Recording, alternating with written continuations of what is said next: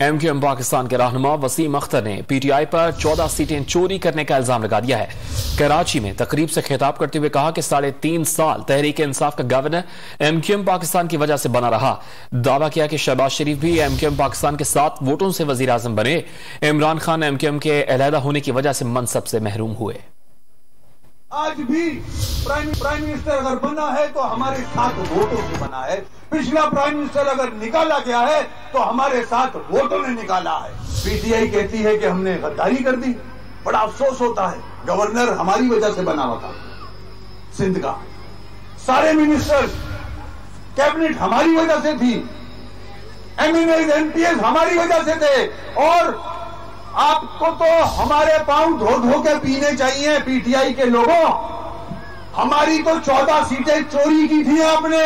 इंशाल्लाह बल्दिया से वो सीटें हम फिर निकालेंगे। कराची से, हैदराबाद, सक्खर, मीरपुर खास से वो छिनी हुई सूबाई सीटें, वो नेशनल असेंबली की सीटें इंशाल्लाह फिर निकालेंगे।